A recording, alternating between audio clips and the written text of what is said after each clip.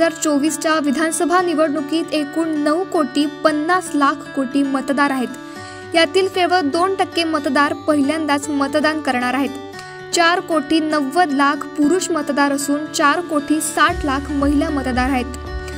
तर 18 ते 19 वयोगटातील मतदारांची संख्या 16,90,000 आहे। असे म्हटले जाते की या मतदारांची संख्या केवळ 2% आहे, परंतु खरं असंही आहे की केवळ 2 ते 3% मतदाराचं निवडणुकीतील विजय किंवा पराभवाचा निर्णय ठरवतात। हार जितीच्या फरकाचा अभ्यास केला तर प्रत्येक मताचे मूल्य कळते आणि लोकशाहीसाठी तुमचे एक मत किती मोठे आहे हे यावरून दिसून येते। महाराष्ट्रात मात्र गेल्या वेळी ही संख्या 9,25,00,000 होती। राज्यात दर 1000 पुरुष मतदारांच्या मागे 933 महिला मतदार आहेत। तर मागील विधानसभा निवडणुकीत महिला मतदार संख्या 925 इतकी होती। म्हणजेच मागील आणि ह्या होणाऱ्या निवडणुकीत महिला मतदार संख्येत फक्त 8 मतदारकांचा फरक आहे। म्हणजेच लोकसंख्या वाढली आहे असं नाही, तर राज्यातील अंगणवाडी सेविका, महिला बचत गट आणि गृहनिर्माण संस्थांनी जीवतोड मेहनत घेतली आहे, म्हणून मतदान अधिक झाले। महाराष्ट्रातील 36 पैकी 5 जिल्हे असे आहेत जेथे महिला मतदारांची संख्या पुरुषांपेक्षा जास्त आहे। ते जिल्हे म्हणजे सिंधुदुर्ग, रत्नागिरी, नंदुरबार, गोंदिया आणि भंडारा। महिला मतदारांनी पुरुष मतदारांपेक्षा कमी मतदान करू नये यासाठी सर्वतोपरी प्रयत्न केले जात आहेत।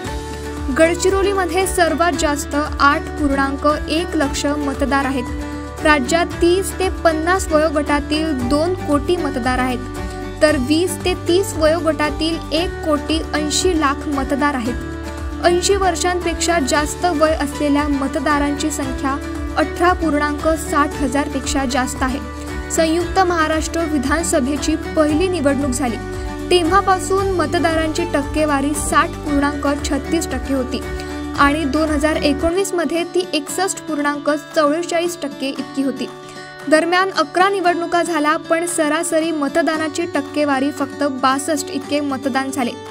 1995 वगळता महाराष्ट्रात 71.69% मतदान झाले होते। देशात कमी मतदान होण्यामागे नक्षलवाद आणि दहशतवादी हे सर्वात मोठे कारण मानले जाते।